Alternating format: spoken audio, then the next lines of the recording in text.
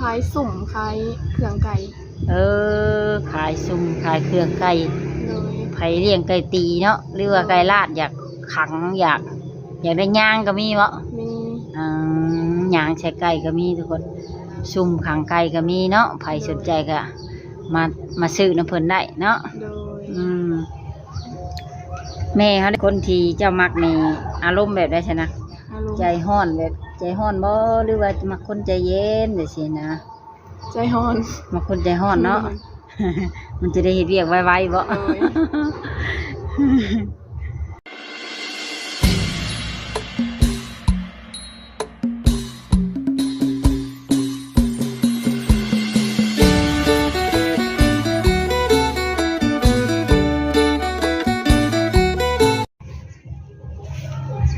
ก็สบายดีและสวัสดีเด้อพ่อแม่พี่น้อง FC บัดสุขุสุคนเนาะ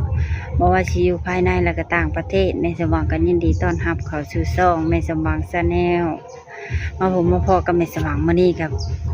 เป็นตอนที่สวยๆในจังหน่อยเนาะแต่ว่ามันคืบฟ้าคืบฝนคือสิตกหางบ่ตกเมื่อคืนนี้ก็ตกลงมาแห้งเติบคืนนี้เนาะแต่ตอนนี้มันก็เซาไปแล้ววันนี้ก็ได้มีโอกาสดีเนาะแม่สว่างก็ได้มาสัมภาษณ์สาวโสดกับสาวบุญเปียง ที่เป็นชื่อเสียงเรียงนามจังใดนั่นเนาะเดี๋ยวเราก็ไปเบิ่งไปชมนำกันเล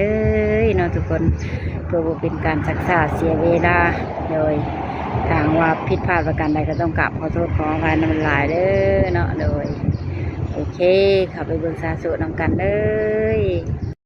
โดยสบายดีโดยมื้อนี้แม่สว่างก็ได้มีโอกาสมาหาชาวโสดเพิ่นเนาะกับสาวบุญเปียงโดยก่อนอื่นขออนุญาตถามชื่อก่อนนะชื่อแน่เลยสบายดีสื่อพอลล่าอายุ18 ปีโดยอายุ18 ปีเนาะโดยเคยเข้าโรงเรียนอยู่บ่เข้าห้องม.ดังปัจจุบันมีสิเข้าโรงเรียนนี่ขึ้นห้องม.5ปีแล้วนี่อยู่ม.4แม่นปีนี้อยู่ม.5แสดงว่ายังเป็นนักเรียนอยู่โดยอ้ายน้องคิงมีจักคนจ้ะนะมี2 คนจะเป็นลูกผู้ที่เท่าไหร่เป็นลูกกกเป็นลูกกกน้องน่ะมันยิงบ่หรือผู้ชายน้องผู้ชายมีความฝันทางว่าเรียนจบแล้วอยากไปเรียนหยังต่อบ่เรียนตัดเย็บอยากไปเรียนตัดเย็บเนาะมีอ้ายน้องเป็นตัดเย็บบ่จังอยากไปเรียนตัดเย็บบ่ฮะคือเนาะความฝันของตัวเองบ่พ่อแม่ได้ชนะยังเบิดทุกคนบ่ยังแต่แม่พ่อเสียแล้วเนาะพ่อกับแม่เลิกกันเพิ่นอย่าห่างกันบ่แสดงว่าแม่เจ้าเป็นแม่เลี้ยงเดี่ยวเนาะเดี๋ยวนี้เจ้าอยู่เพื่อนของพ่อแม่เองบ่อยู่เพื่อนพ่อเฒ่าแม่เฒ่าอยู่กันนำพ่อเฒ่าแม่เฒ่าเนาะเบิดคู่คนอยู่ในเฮือนเจ้ามีจักคนจะนางเดียวมี6 คนเลยมีไผแน่น่ะมีแม่พ่อเฒ่าแม่เฒ่ามีน้องมีลุงแล้วก็มีเฮาเองลุงเพิ่นบ่มีเมียบ่เพิ่นยังโสด30ขึ้นไปเนาะทุกคนรุ่นเดียวกันนี่บ่มักบ่18 19จังซี่ บ่มักรุ่นน้อยคือกันเนาะโดยเป็นอะไรในความคิดแบบแต่อยากได้คนที่ว่าใหญ่กว่าค่ะเคยว่าน้องหลาคิดจังไดแบบคืออยากได้คนที่ว่าอายุหลายกว่าเฮานะเพิ่นให้ความเป็นผู้นำเพิ่นผู้ใหญ่แน่เพิ่นน่ะสิมีความคิดที่ว่าเป็นผู้นำเนาะสามารถนำพาเฮาได้ถ้าว่าเอาเด็กน้อยก็ย่านได้สอนกันแบบนี้มาข้างในเป็นพิเศษบ่ไทยลาวหรือว่าต่างประเทศไทยลาวก็ได้เบิดเนาะได้เบิดแล้วน้องหลานนี้อยู่เพื่อนอยู่ซ่านกับไผปัจจุบันอยู่กับแม่เฒ่าเจ้ามีอ้ายน้องกันจักคนมี2 คนเจ้าเป็นลูกหลานบ่เป็นลูกกก มีน้องผู้หนึ่ง น้องเป็นผู้หญิงหรือผู้ชาย น้องผู้ชาย โอ้แสดงว่ายิงหนึ่งชายหนึ่งเลยเนาะ โดย ลูกสาวเดียว แม่เพิ่นก็ยังอยู่ลำเฮาบ่ปัจจุบัน โดย เฮ็ดเวียกเฮ็ดงานยังบ่ล่ะ แม่คล้ายเครื่องหยัดเตา ยับเตา โดย อืมแบบเป็นห้านของเจ้าของนี่ บ่ มารับจ้างเพิ่นบ่ แม่ เป็นรับจ้างเอาเนาะทุกคนแล้วเรื่องแบบการทำการเรียนจังซี่นี่แม่เพิ่นเป็นคนส่งเสริมบ่ แม่ นอกจากแม่แล้วนี่มีอีกบางคนที่ว่าส่งเสริมเฮา บ่ น้องบ่มีเลยเนาะ บ่ มีแต่แม่เป็นเสาหลักแม่นบ่ปัจจุ โด บัน ย คือพ่อนี่เพิ่นบ่ได้อยู่นำเฮาแล้ว แม่ เออแม่เพิ่นส่งเรียนทั้งน้องพอลล่าแล้วก็น้องอีกบ่น้องก็เรียนอยู่บ่ น้องก็เฮียน แสดงว่า2คนเลยเนาะทุกคน เลย ก็ค่อนข้างว่าหนักอยู่เนาะ แล้วการใส่ใจายในการทำการเรียนนี่ใส่หลายบ่น้องล่ะ หลายพอสมควร แต่ละมื้อนี่เฮาเอาไปเรียนนี่จักพัน 10,000 โอ้10,000น้องล่ะได้กินอย่างแนวคือหน่อยแต่น้องล่ะ กินขนมกระน้ำทั้งนั้น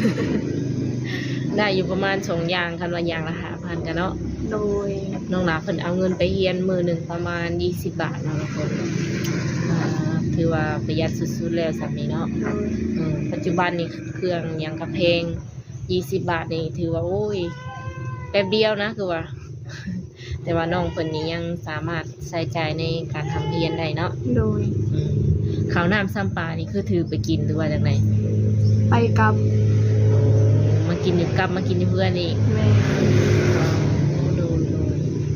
รถนี้เพิ่นไปหาไปส่งอยู่3เทื่อบ่ แม่ เพลงนี่บ่ค่ะรถกะ เดือนแสนกีบ ยังมีอยู่เนาะ แต่ปีนี้บ่ฮู้ว่าราคาสิขึ้นหรือบ่เพราะว่าน้ำมันก็แพง โอ้ว่าถึงเรื่องปีกายนี่ยัง100,000 โดย ปีนี้ยังบ่ทันฮู้ราคาเนาะ โดย โอ้โดยแล้วคนที่สิเข้ามานี่แน่นอนเนาะคนที่มีอายุหลายเพิ่นต้องเคยผ่านการมีครอบมีครัวมาแล้วมีเมียมีลูกมาจังซี่น่ะ โดย น้องหลาสิรับได้บ่ หับได้ ในจุดนี้ถือว่าบ่มีปัญหาเนาะ โดย เป็นพ่อห้างพ่อหมายหรือว่ามีลูกติดมาก็รับได้เนาะ โดย แล้วที่นี่น้องหลามีโทรศัพท์เป็นของเจ้าของอยู่บ่ มีอยู่ เขาเล่นยังไงแบบในโทรศัพท์เฟซไลน์ หลินแต่เฟซกับไลน์ ก็ถือว่าครบถ้วนเนาะ โดย ในเรื่องแบบการอ่านการเขียนอย่างจังซี่เด้ภาษาไทยพอได้บ่ ได้ ทักแชทได้เนาะ โดย ในที่นี้ถ้าหากว่าเพิ่นสิทักมาเล่นนำนี่เพิ่นสามารถทักได้ส่วนใด ทักได้ตลอดคันบ่คาเวีย โอ้ ทักได้ตลอดกันบ่ค่าเวียกน้องเพิ่นได้สิฮู้ว่าเจ้าค่าเวียกบาดนี้ ทักได้คาเวียกระตอบ ส่วนหลายนี้แบบในชีวิตประจำวันทางนี้เขาเห็นอย่างไร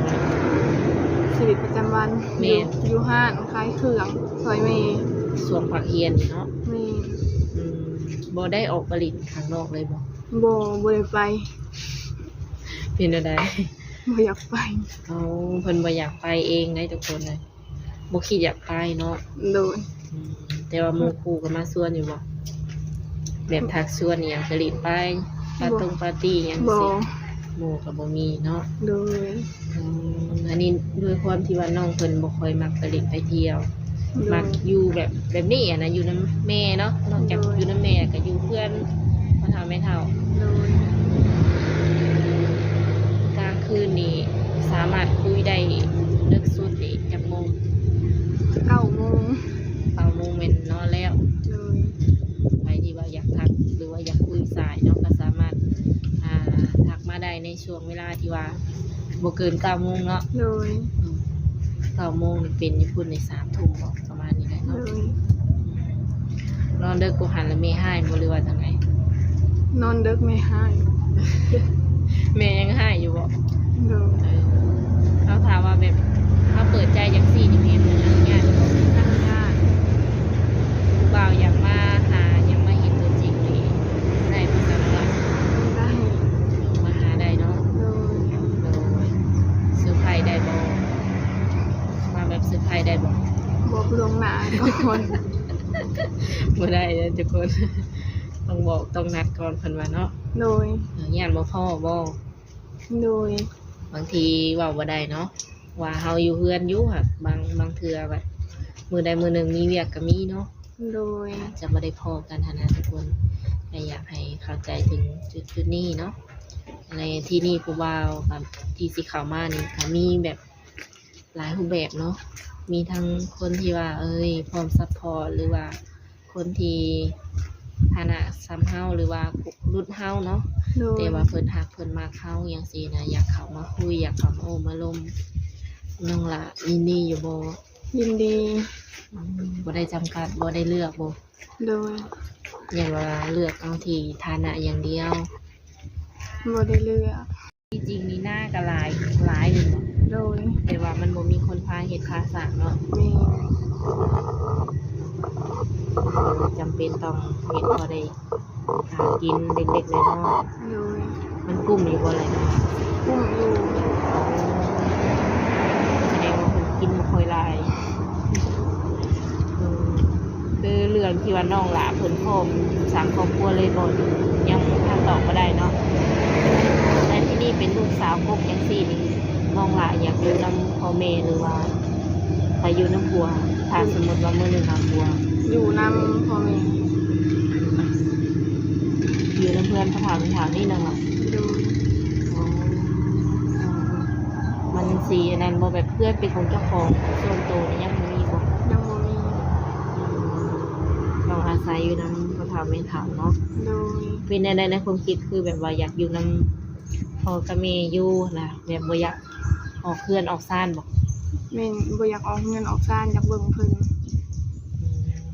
แม่เพิ่นเป็นคนบอกหรือว่านี่คือความตั้งใจของ ค เขา วามตั้งใจ อ๋ออันนี้คือความตั้งใจของน้องเพิ่นอยากเบิ่งแยงแม่เพิ่นเนาะ โดย ข่าวว่าเพิ่นมาอยู่น้ำเฮาบ่ได้เด้แต่ว่ามักกันเฮ็ดจังได๋บ่มีวิธีแก้อยู่บ่ โอ้โห ยังบ่รู้ โดย ถามว่ามักกันผักคือเอาง่ายยันเพิ่นมีธุรกิจเป็นของเพิ่นเนาะเพิ่นเคยหาเงินหาค่ำอยู่บ้านในเมืองเพิ่นถามว่าเพิ่นสิมาอยู่น้ำเฮาแบบเป็นประจำยันเพิ่นอยู่บ่ได้เนาะน้องว่า โดย ถ้าเที่ยวไปเที่ยวมาทางน้องหลาโอเคอยู่บ่ โอเคอยู่ การเฮ็ดเวียกเฮ็ดงานเนาะโดนๆอะไรมาหาเทื่อนึงหรือว่าเดือนหนึ่ง2 เทื่อ 3 เทื่อจังซี่นะ โดย ได้อยู่เนาะ โดย อย่ามาคิดฮอดมาให้ไปใส่เลย ยองน้องเพิ่นทุกคน แต่คืออันนี้วิธีที่ว่าที่ว่าในทางออกเนาะวิธีแก้ไขในการที่ว่ามาอยู่ด้วยกันบ่ได้แต่ว่ามักกัน คือน้องนี่ท้าว่าสิเอาไปลินหรือว่าเอาไปเยี่ยมยามทางฝ่ายผัวนะแบบสมมติว่าเขาได้ผัวเนาะเขาเจ้าไปลินจังซี่นะเจ้าก็สิไปอยู่บ่ล่ะ ไปอยู่ ก็คือไปลินไปอย่างนี้ได้อยู่แต่ถามว่าสิให้อยู่เป็นประจำนะเพิ่นแม่นบ่ไปแม่นบ่โดยถ้าว่าเพื่อนหลังนี้นี่เพิ่นมันเป็นของพ่อเฒ่าบ่แต่ว่า โดย พ่อเฒ่าแม่เฒ่าเนาะถามว่าผัวเฮาสิมาอยู่นำสิได้บ่ซะน้องล่ะ อันนี้ก็ยังบ่ฮู้ก่อน น่า ยังบ่เค เนาะ ยเจอ มันต้องได้สร้างอีกหลังหนึงเนาะ โดย คืออันนี้มันเป็นเพื่อนอยู่ได้อยู่แต่ว่ามันบ่แม่นของเฮาอะนะ โดย นั่นก็บ่คักเนาะดังนั้นต้องเฮ็ดอีกหลังหนึง โดย เดินมีแล้วบ่เดินนี่ เดินมีอยู่ อืมถ้าว่าสิมาสร้างมาสาหรือว่ามาเฮ็ดเรือนเฮ็ดซานกับน้องเพิ่นก็สามารถเฮ็ดได้อยู่เนาะมันมีเดินอยู่แล้ว โดย แล้วน้องหลานมีความฝันอยู่บ่แบบถ้าว่าเรียนจบแล้ว สมมุติว่าบ่ได้ไปเรียนต่อน้องหลานอยากทำมาค้าขายหยัง แล้วปัดนิ้ว ก็เฮ็ดเปิดร้านตัดเย็บบ่ โดย คณะทางนี้บ่ โดย ว่าแท้น้องหลานตัดเป็นบ่ปัจจุบันนี่ ยังบ่เป็น โอ้แต่ว่าแบบ เฮามักเนาะ โดย คิดมักคิดฮักทางด้านนี้ โดย แบบเสริมสวยอันห้านเสริมสวยหยังสิบ่มักบ่ บ่ โดยมันมักในด้านแบบด้านยิบหลายกว่าเนาะ โดย เสื้อโปรงเสื้อผ้า วันนี้สเปคที่เจ้าตั้งไว้ได้ใช่นะสูงต่ำดำขาวบ่หรือว่าเป็นอะไร แบบใดก็ได้ อะไรก็ได้ โดยพ่อแม่เป็นคนดีเป็นคนดูให้ความเป็นผู้น อืมก็ห้างนางใหม่ก็ได้ ำ เนาะ โดยได้เบิด เออแล้วเจ้ามักคนประเทศได้ใช่อันเป็นพิเศษกูโม ลาวไทยก็ได้ ลาวไทยก็ได้เนาะ โดย อืมผู้บ่าวน้ำแถวใกล้น้ำบ้านน้ำเมืองเขานี่มันมีบอกแถวบ้านเขา บ่โห มีอันมันบ่ค่อยมีเนาะ โดย ส่วนใหญ่เขาไปใช่ไปหาเงินเมืองไทยบ่ แม่น แต่แม่ชมวังเขามาก็บ่สู่เห็นผู้บ่าวเลยเนาะ โดย เห็นแต่คนแบบมันคนวัยกลางคนน่ะนะ โดย ตอนนี้เฮ็ดเวียกหยังซั่นน่ะ ขายเครื่องน้ำแม่ ขายเครื่องอยู่เฮือนของตัวเองบ่ แม่น เออขายประเภทแบบใดอะนะ ขายสุ่มขายเครื่องไก่ ขายซุ่มขายเครื่องไก่ โดย ไผเลี้ยงไก่ตีเนาะหรือว่าไก่ลาดอยากขังอยากได้ย่างก็มีบ่ มี ย่างใช้ไก่ก็มีทุกคนซุ่มขังไก่ก็มีเนาะไผสนใจก็มาซื้อน้ำเพิ่นได้เนาะ โดย แม่เขาได้สแม่เขาเห็นอาชีพหยังนะ แม่ขายเครื่องแล้วก็ ขายเครื่องแล้วเนาะ โดย อืม ปีนี้เห็ดดำนาแล้วหรือบ่หรือเนี่ยด่ะ แล้วแล้ว แล้วแล้วติ โดย นี่พักผ่อนช่วงนี้เนาะ โดย ดำนาแล้วอะไรก็พักผ่อนรอถ่าจะเกี่ยวเข่าวแล้วบ้าน โดย อันเจ้าเคยไปหาเงินอยู่เมืองไทยอยู่ว่าซั่นนะ บ่เคยไป บ่เคยไปได้เถื่อเนาะ โดย ไปลินไปเที่ยวบุญนมัสการนั่นสมัสการนี่ก็บ่เคยไปตินะ โดย และอันเป็นเวียกเป็นงานบุญงานอย่างไงจะเคยไปเที่ยวไกลสุดนี่งานอย่าง อยู่เซ งาน โน อยู่เชโน โดย ไกลสุดเนาะ โดย 15 ลักสุดคนนะก็เพิ่นเคยไปคือไกลสุดแต่ซ้ำนั่นเนาะ โดย อันคนที่เจ้ามักนี่อารมณ์แบบได้ชนะ อารมณ์ ใจห้อนแบบใจห้อนบ่หรือว่ามักคนใจเย็นแบบนี้นะ ใจฮ้อน มักคนใจห้อนเนาะ มันจะได้เฮ็ดเวียกไวๆบ่ โดย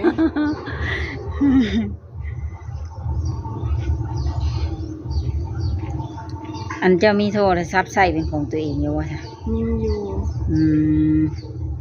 ก็มีเฟซมีไลน์แล้วบ่ โดย